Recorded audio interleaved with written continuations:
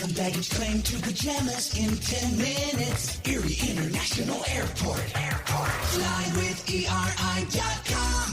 Fly Erie International Airport to Charlotte on American Airlines, your nonstop gateway to the world. Also, we have Breeze Airways flying nonstop to Orlando and Tampa, Florida. A great low-cost carrier providing excellent service to the regional community. Fly Erie International for your travel needs. Fly with ERI.com. You have been called to do good, to feed the hungry, to love with action, to be a light in the darkness, to love your neighbor, to teach wisdom, to walk humbly, to love mercy, to care for the least of these.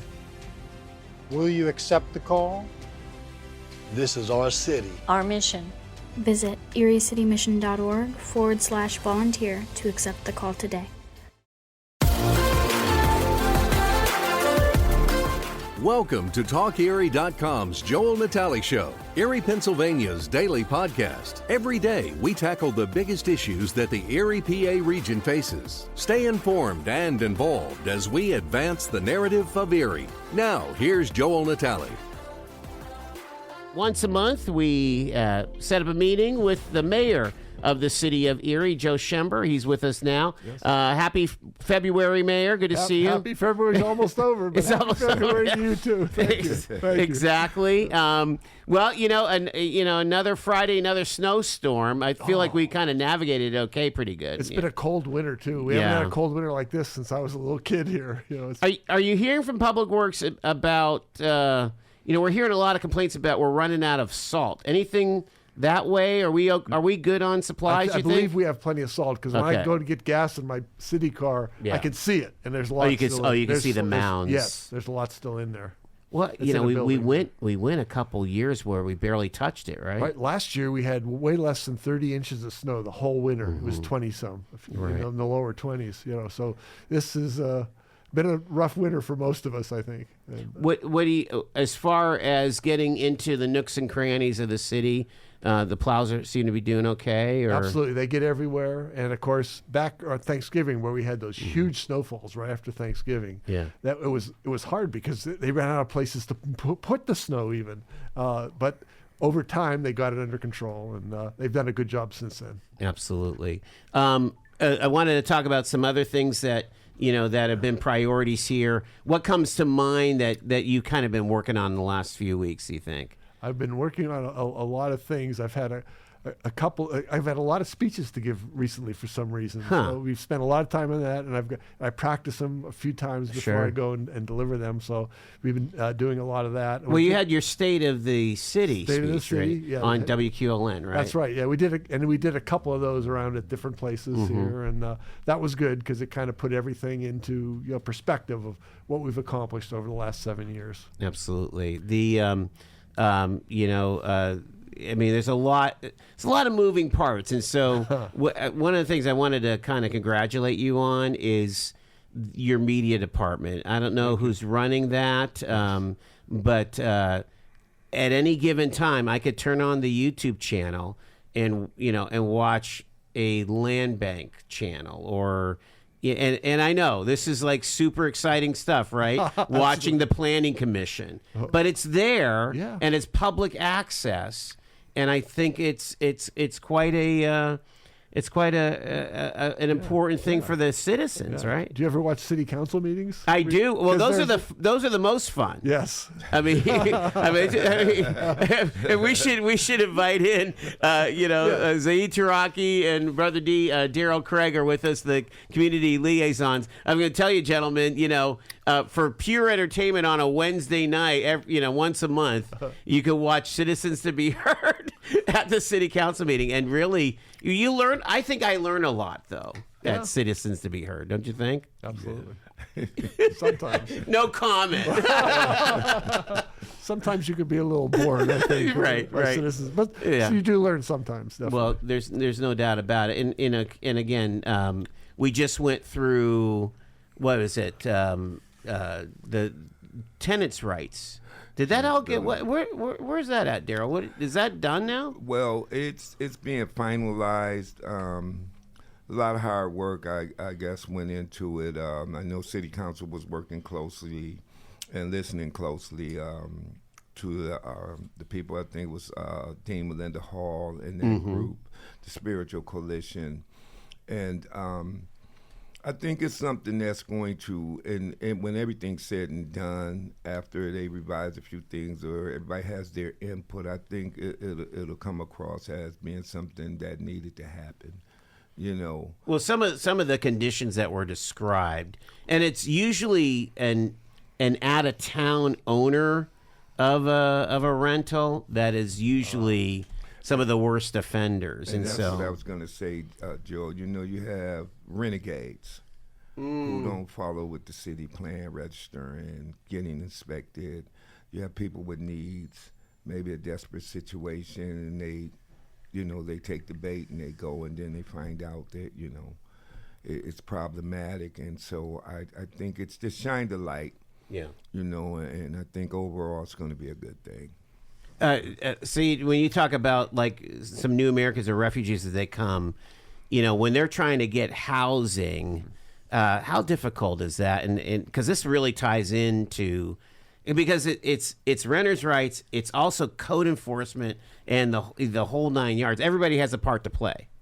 Oh, absolutely. I mean, there is some concerns, but overall, in general, I think the housing has been provided to the new arrivals. I know once you are new to the community, adjusting in a new community, that's not an easy process. Right.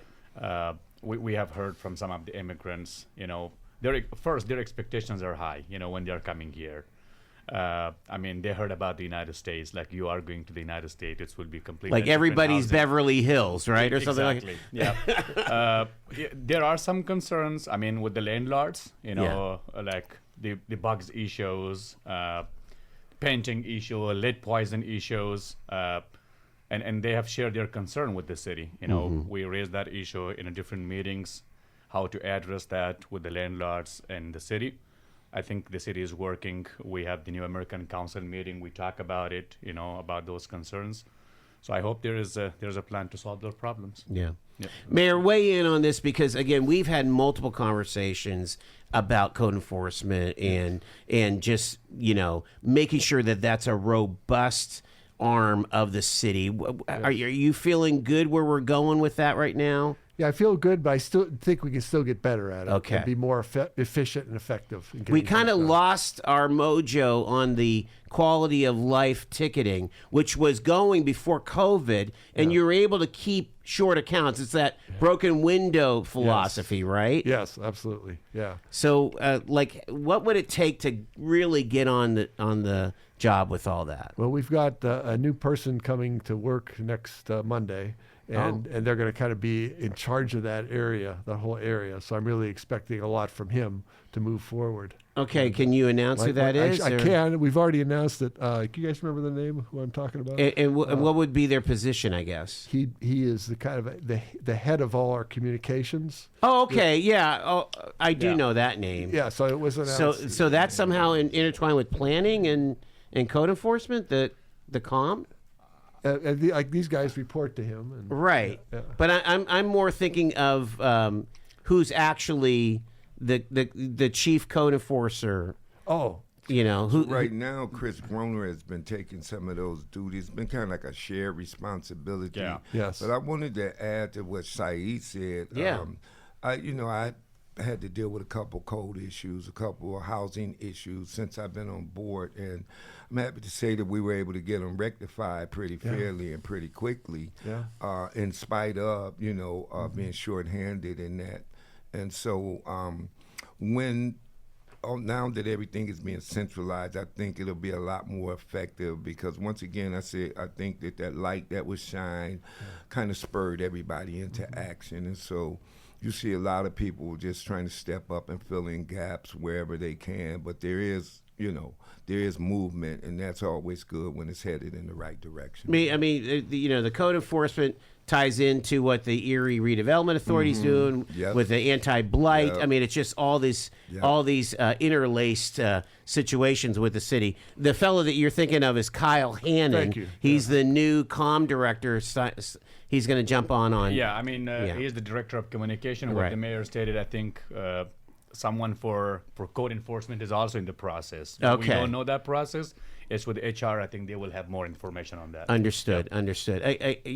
It's a key element here of making sure that, because again, you've even said it. You'll be walking in Frontier and see a blighted property even on your walk. Absolutely. Every neighborhood is dealing with blight. Yes. Buki said we had 6,000 parcels with blight. I'm not sure what that number is now, but there's some opportunity here to turn neighborhoods around, but it's going to take aggressive enforcement of the law. I mean, these are laws that are being broken, right? Yes. And a bad thing that's been happening lately is we'll tear down a disabled house or a bad house. Yeah. Somebody next door will buy it. It just becomes part of their yard. And that's something we want to not necessarily entirely stop, but at least we want to start putting up some new houses. The problem with that is a new house might cost $500,000 to put up, but it's only going to be worth $300,000. So who's going to buy something for $5,000? Right. Somehow you have to create and again, this is a whole show in and of itself. Yes. But you have to create public-private partnerships to build the incentive structure for a developer to say, okay, I'm not going to build one house at $400,000. I'm going to build 10 or 12 or 25 houses at $250 or $300 a piece, and then sell them, where they would be able to pencil out. Yes. It's a tough deal right now, though. It sure is. And everybody's talking about housing, Mayor. Yes. Yeah, there's a lot of conversation about that going. Chris Groner is really working hard on that for us. Yeah. And he's kind of got a plan. It's going to take probably a couple months to actually implement it. He's still looking for input from people, but he really wants to do at least about 3 houses a year going forward as his first goal here. Okay. And that'll be good. When I was born here in the 1950s, we had 140,000 people living in Erie. Now according to the official count, we're under 100,000, but we think we're probably over actually because of people coming in here from overseas and that sort of thing. And at the time that was done, that count, it was 2020 when we were having the pandemic. Yeah, the deep in the pandemic. One guy talked to me who went door to door with that. He said he was at least 100 houses where he knew someone was inside. They wouldn't answer the door. They were afraid they'd get sick if they talked to somebody else. So we think that was way lower than it should have been. We did ask for it to be increased over a year ago, and they said they would increase it, but they haven't done it yet. I think by the end of this year they're supposed to. You think we'll get a number? We'll get something higher, yes. I mean, when you the last point on this housing thing, unless we want to take it further, but you take that 140,000 population and the built infrastructure for that. Let's say we're at 100 right now. So what is that? That's a 40% reduction or what have you, or somewhere around there. Yeah. And so there's probably a lot of properties that could be repurposed or knocked down or built, rebuilding neighborhoods. And I think this is what they're trying to do on Parade Street. What they're trying to do on West Bayfront, East Bayfront. Yeah. I mean, there's these pockets in the Academy neighborhood where I live. I mean, stuff is going on. So and I just heard that we had about 20 houses that were in bad shape. We were going to tear them down, but people went in, fixed them up, and now we've taken them off that list to tear down because they're in much better shape. So that's good. That's good as well. Yeah, if you're handy that way, yes, that'd be the way to do it. We're talking to the mayor and his community liaison, Saeed Taraky and Daryl Craig are with Mayor Joe Schember. And let's go to some of those conversations, and we'll start with you, Daryl. You were just saying off air how you're noticing, staying with housing here, you're noticing kind of a movement of private investors and private folks just saying, hey, I want to jump into rentals, right? And fixing things up. Yeah, a lot of people, I'm in the streets, in the community all day, every day. Yeah. And it seems to be a trend sort of building where that's becoming a popular source of a second income or even a career for some people. A lot of young guys that I talk to, you know, they're talking about going into business and they're thinking about real estate. They're thinking about flipping houses. Yeah. I guess that's what they call it, flipping houses. Sure. And a lot of the small contractors that we know are constantly busy, you know, working on these houses that people are buying now. I don't know how it gets measured, you know what I mean, unless it's, you know, going to come through on some way to track how many houses have been purchased and, you know, the permits and all that type of stuff. But there does seem to be a great deal of interest. Yeah, I just want to add one more thing to that. I think among the new American community, there has been interest as well. For real estate, yeah. For real estate, to jump in to buy houses or fix the houses. I think the Redevelopment Authority is working in one of the programs we had a meeting with. They are interested to help, you know, people who are interested as a subcontractors or contractors. So there is interest among the new American community as well. Right. Can we talk a little bit about owner-occupant housing, though, because one of the really stark statistics that Erie is dealing with is African American home ownership. And there's a lot of people attacking this. You've got Erie's Black Wall Street. They, you know, when we had the Erie Bank here, they were talking about how they are bringing tools to bear to try to build home ownership. Do you get a sense that's starting to break through? That more and more folks in the African American community and New American community and really across the city are building the credit and wanting to buy their homes, and you know, is that a thing, you think? Absolutely. I see a lot of effort to educate people on that process, a lot of interest in that, you know, people attending the workshops and attending the informationals and trying, like I said, a lot of these younger folks are definitely interested in, you know, owning this real estate, and this is where they're getting their information from. The more people put it out there, hey, we can show you the pathway, you know, the more the interest seems to grow, as opposed to other types of business. I think really that property ownership is probably number one in interest with a lot of African American first-time homeowners, first-time business people.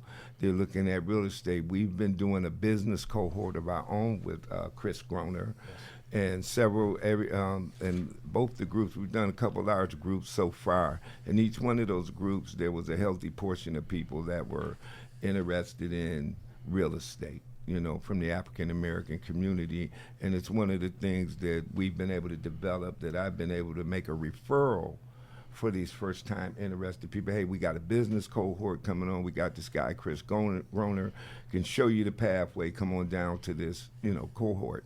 And so that's been a great tool for Saeed and I both to have when we're out and about in the community. And Mayor, you could probably weigh in on this, even with your experience as a banker. Yes. That homeowners are you know, they're stable parts of the local economy. They sure are. It's great to have homeowners. We'd like to have more homeowners now. We have a lot of renters.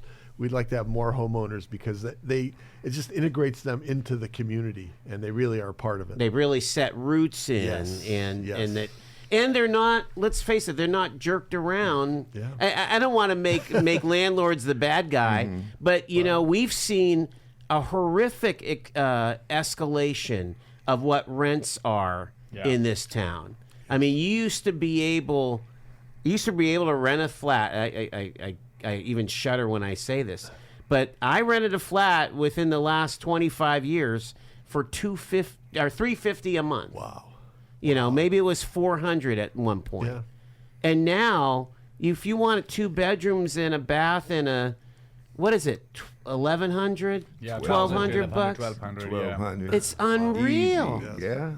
Yeah. You know, I mean, you start knocking on some of these really nice apartments for that amount of money. Yeah. Down here. I want to let you know, I still rent a whole house for $400 a month. I make enough on that to pay all the expenses related. You know, but you've kept that tenant satisfied, and you're satisfied. Happy. Yes. For $400 a month. Yes. Mayor, you're a saint, man. Think about it, though. It's actually a house that my grandfather, who came here from Sicily, bought for my father and mother. And I grew up in that house. And when I was in 7th grade, we moved 2.5 blocks away to another nicer house. Yeah. But he kept that, and then he gave it to me, and I've been renting it. So. Now there's a story. Oh my word, that's amazing. I mean, so I know we just spent a half an hour mostly on housing, but this is one of those really super felt needs. When you talk about inflation, yeah, we could talk about eggs, the cost of eggs all day long, but really it's the cost of rent, the cost of transportation, it's the vitals that really are where people are hurting right now. Oh, absolutely. Makes good Tell you sense. what, though, it's funny you mentioned the cost of eggs. We had that discussion last week, and I'm kind of confused, because I've been hearing it's $8 a thing, but I knew a guy, our greeter, gave me a business card at City Hall. That local farmer, where you can get eggs for $3 a dozen, 2 for $5. Yeah. The country fair had them, 2 dozen for $5. So brown eggs, which is our favorite, and I'm kind of like, you gotta be careful with the narrative sometimes. It might be a little bit of fake news. Yeah, and it may be somebody who's trying to, to inflate the price that, is helping with these narratives. I don't know for sure, but I know it's not everywhere. It's not $8 everywhere. Let me put it like that. All year round, Frontier Home Products and Design has what you need to make your home comfortable and beautiful. Relax on a new timber tech deck designed by Frontier's experts. A new fireplace from Frontier Home Products Fireplace Gallery adds warmth and serenity to any home. Beauty and versatility at Frontier Home Products and Design Center, 4213 Peachtree, East 5th, next to the Bayfront Highway. Frontier Home Products and Design Center. Discover a new frontier. PA contractor number PA039007. Get paid to drive. Start a new career behind the wheel at the EMTA. If you are looking for a high-paying and rewarding career with full benefits and paid training, stop by or apply online today with the EMTA. Plus, EMTA riders can now enjoy free Wi-Fi on new, clean, and environmentally friendly buses to travel all over Erie County. Visit ridethee.com for more information. Get on board EMTA. Get on board EMTA. Get on board. Quickfill gasoline is made right here in America. United Refining Company, who operates Quickfill, refines its gasoline from North American crude oil in Warren, Pennsylvania.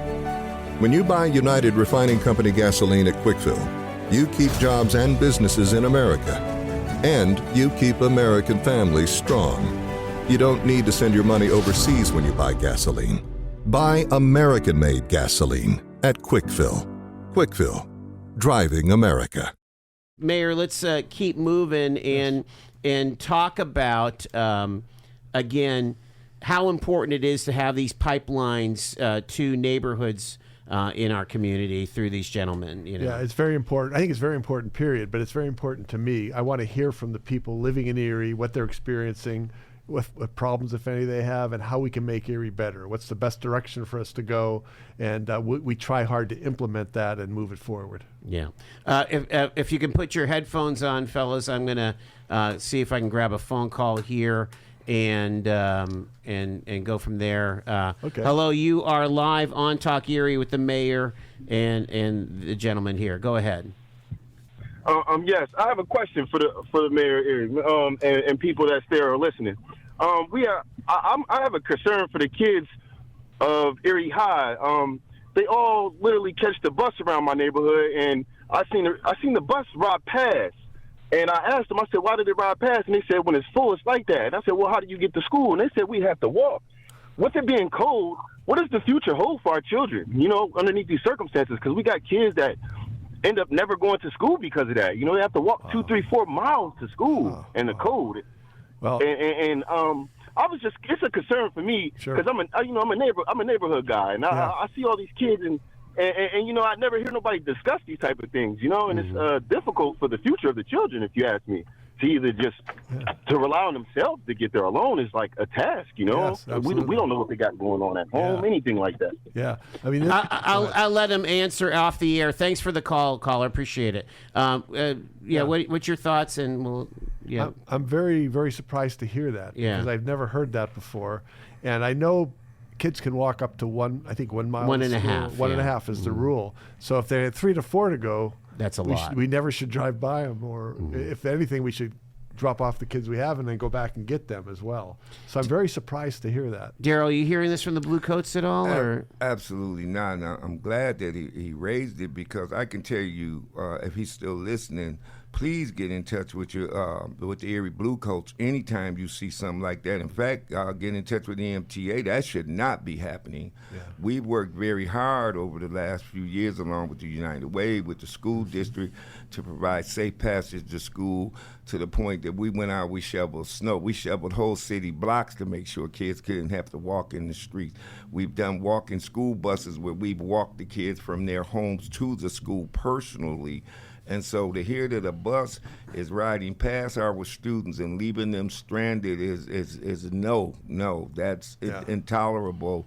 So I hope that you would take your observations a little further than just the radio show. Please call the district, call EMTA, and make some noise about that. You can reach us at bluecoats814@gmail.com, bluecoats814@gmail.com, and we'll do everything we can to see that doesn't happen.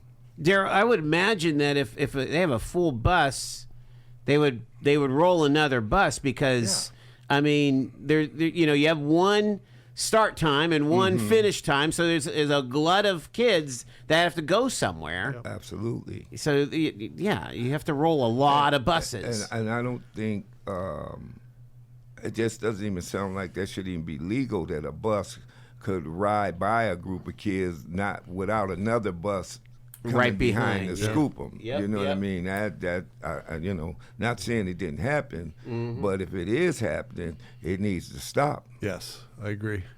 While we're talking about the kids, there's been some concern since the beginning of the calendar year, that we might be seeing some gang activity come back up. When the police chief was here last month, he said there might be some network kids or grudges going back on. Have we put a stomp on that, or are we still? Is that still a concern? If you know, I think it's still a concern. I know the police are working on that very seriously. Yeah, and trying not to let that happen. And we've got a lot of programs that are going on that they're part of as well, and to try to make kids feel good and understand what they need to do to be successful in life, how you can live a good life, how you can get a good job, support your family. I mean, it's very important, and we need to be very serious about it. So you talk about, and we'll talk to Brother Daryl in a second here, but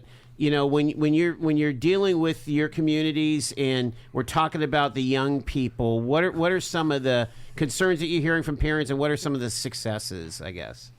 Well, I mean, specifically talking about my community, we're new to the community here. Yeah. Just like 2.5 years or 3 years. There are no specific concerns. They're excited for the education opportunity has been provided to them at the Erie Public Schools. Kids are going on a regular basis. I didn't hear any specific concern from the parents or my community. So they seem to be finding their way in the middle schools and the high schools. Absolutely. Kids are going to elementary schools, and I know they're excited going to middle schools, in high schools. There are kids, we have a bunch of them at the Erie High. I mean, they're satisfied. Good. We have kids at the middle school. They're happy as well. I don't see any specific concern from my community. Daryl, weigh in on this. Again, are you seeing any uptick, and is it being dealt with, I guess? Overall, violent crimes are down. Yes, exactly. But, one act can get so much attention, and rightfully so, if you think of how the year started and ended. It was horrible. And there are still individuals or young people that are making choices to out of a desire to belong to something greater than themselves, will, get together 2 or 3 of them, maybe more, and give themselves some acronym. But overall, to be honest, there's no real gangs in Erie, not real gangs. But I guess that's the downside to it, because, when you get that wannabe attitude, they'll do the most random thing possible to try to make a name. And a small percentage of kids can make a whole group of kids look bad or look like it's not as bad as it seems, but it looks so bad. And I know for a fact that there's multiple groups of people, multiple individuals, including the Erie School District, the Blue Coats, the Eagles Nest, the Pell program, which is just knocking it out the park. Youth leadership, I can go on and on. People are working feverishly. But the thing, again, COVID happened. Yeah. And a lot of what we're seeing is the residual trauma, the impact of those kids losing their structure, their normal, for almost 2 years and creating their own without any positive guidance in doing it. And so, it's always a problem anytime there's one act. Right. But overall, just looking at the data that's been released, it's not as bad, but one act can be so horrific. Yeah. You know what I mean? So it's when you consider where we were at, 4, 5, 6 years ago, you go back 10 years when Judge Piccinetti and Jack Denieri, they all started Unified Erie, right? But when, even if you go back 5 years or so, when we first started the radio show, you had really tough young people at M&L Thomas, and they were, they didn't belong there. That was where the kid that shoplifted maybe ended up, and it was like there was like a hierarchy of some pretty criminally minded young juveniles, and so we've gotten well better than that at this point.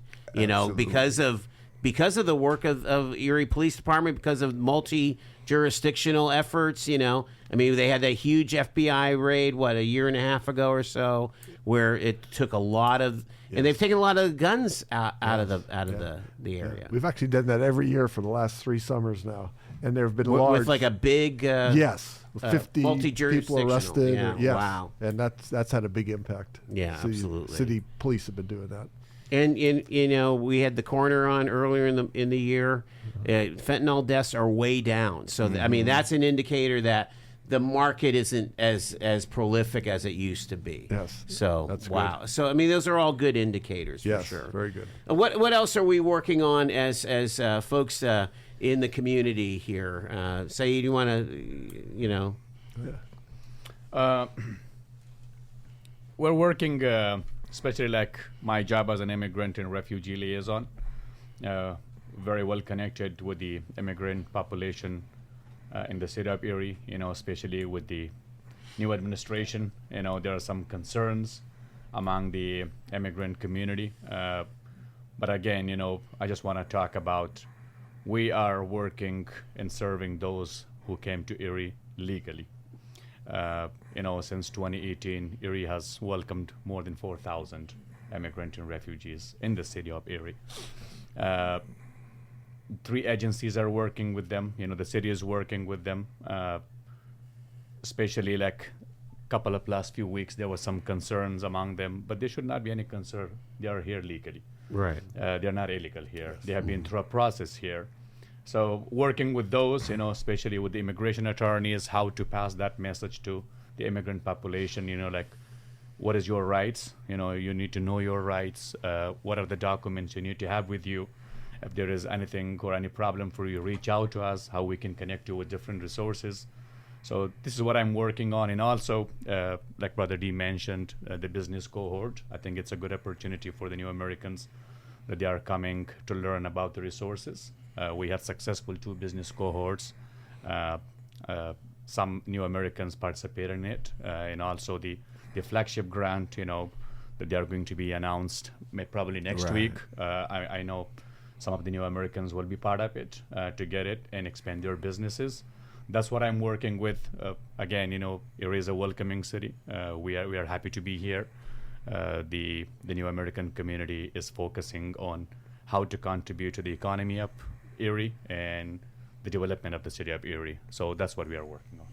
There was a statement that came out here in the last few weeks from the city on the Facebook page concerning ICE action here in Erie. Now, I keep on mentioning to my audience that we have border patrol right in Fairview. I mean, we have always had border patrol. We've always had immigrations, but there have been some ICE activity, and supposedly there were several that were incarcerated at the county jail. I guess they've all been moved now to a facility in State College.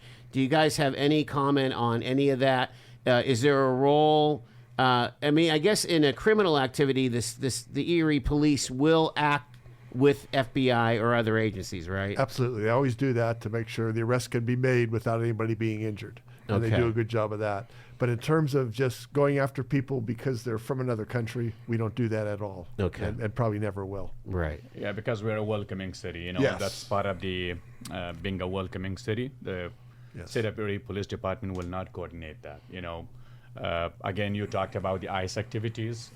We didn't hear any legal immigrant that I'm talking about, like those 4,000 that came since 2018. These are refugees through a legal process. When somebody a silent process. Yes, yeah. I mean, one thing I want to mention, I think I'm seeing that in social media from last couple of weeks. I think there should be a difference between legal and illegal immigrants. We cannot put them all in one category. Right. Not all immigrants are criminals. There are criminals everywhere. They do criminal activities. And as a law enforcement, you need to arrest those people. Sure. So, yes, there were some ICE activities. I have no comment on that. Okay. Maybe they have their own excuses for that. But as far as I know, there were no legal immigrants caught by ICE in the city of Erie. Okay. Yep. Brother D, some of the things that you've been working on through your efforts as a community outreach. Well, of course, continuing to try to reduce the violence among our youth, continue to strengthen the partnership between the Erie School District and the community of our SPCP community police relationship, which is growing. We've just created... That continues to be the biggest show I ever had. I did it virtually on Zoom. I had 28 different guests all at the same time. Do you remember that one?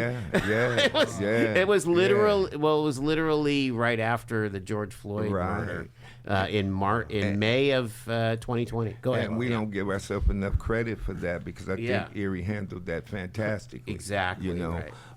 With that effort, there was a little decline after the whole COVID thing, and we're starting to build that back up. We've got a new component that we've added, what is called our impact group, and these are the family members of individuals who have lost loved ones to this senseless gun violence, and we kind of merged the two in our last SPCP meeting. It was one of the most powerful meetings we ever had. I mean, it was charged, it was emotional, it was raw, but it was also, you saw Erie from all walks of life stand up and care about each other in a way that I think only Erie seems to be capable of in this madness. And everybody that left there, think they left there encouraged. And I think that we strengthened ourselves even more. And so we're looking to expand that out, this impact group. And just the community engagement overall, being able to go out and give accurate information as opposed to urban legends and mythologies and, misconceptions, like the whole illegal immigrant thing.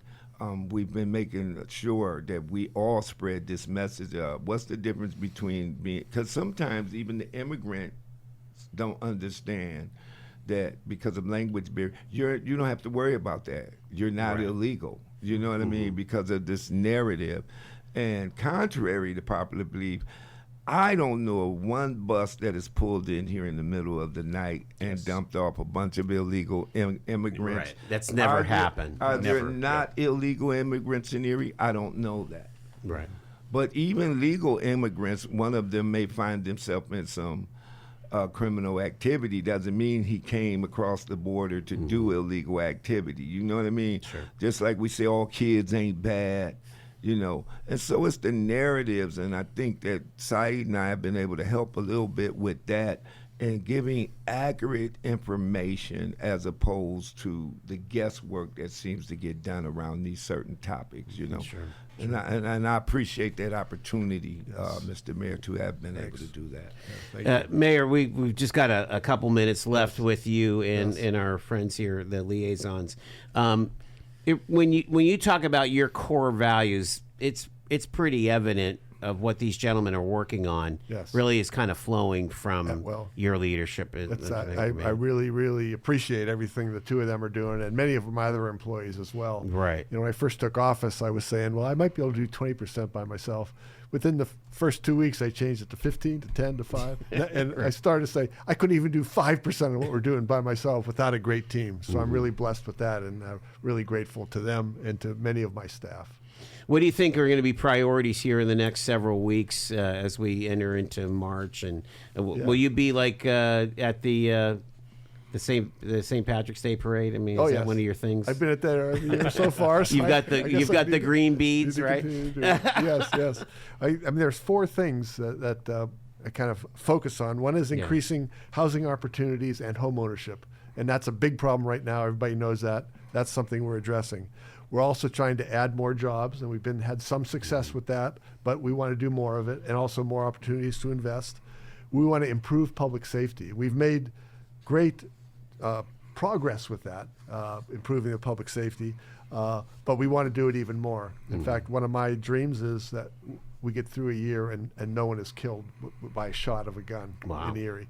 And as I think I might have mentioned earlier, that over the last 3 years, we've had several people killed by guns, but the shooters have all been arrested in the last 3 years. And that, I think, makes people think twice before they pull out their gun to shoot somebody. So we've had some self-inflicted gunshot wounds, not necessarily like a suicide, actual like mistakes, right? I mean, misuse of the gun or something like that, you know. And the other thing I want to do is be sure that we continue to stabilize our finances. We have not increased real estate taxes now for 6 years. And do you think that it's time for the county to do a countywide reassessment? Are we? I mean, we're way overdue. Yeah. It definitely is a good time to get that done and find out what's the value of all these properties. I mean, because it's going to take a few years to come up with this. Yes. Maybe we need to start talking about it for a 2028 or 2030. Seriously, okay. I mean, we're so far behind. Yeah. And so much has changed. I mean, you look around this neighborhood right here. Yes. How much difference there is. I don't know. Yeah. That's one of my soapboxes. I like it. I like it. It's very good. Yeah. Well, we appreciate you guys taking the time to come here. Mayor Joe Schember, along with Community Liaison Saeed Taraky and Brother Daryl Craig. Godspeed to all of you, and thank you so much. Thank you much. You keep up the good work too. You've been listening to The Joel Natale Show, Erie, Pennsylvania's daily podcast from TalkErie.com. Subscribe to our show on your favorite podcatcher and get involved by emailing joel@TalkErie.com.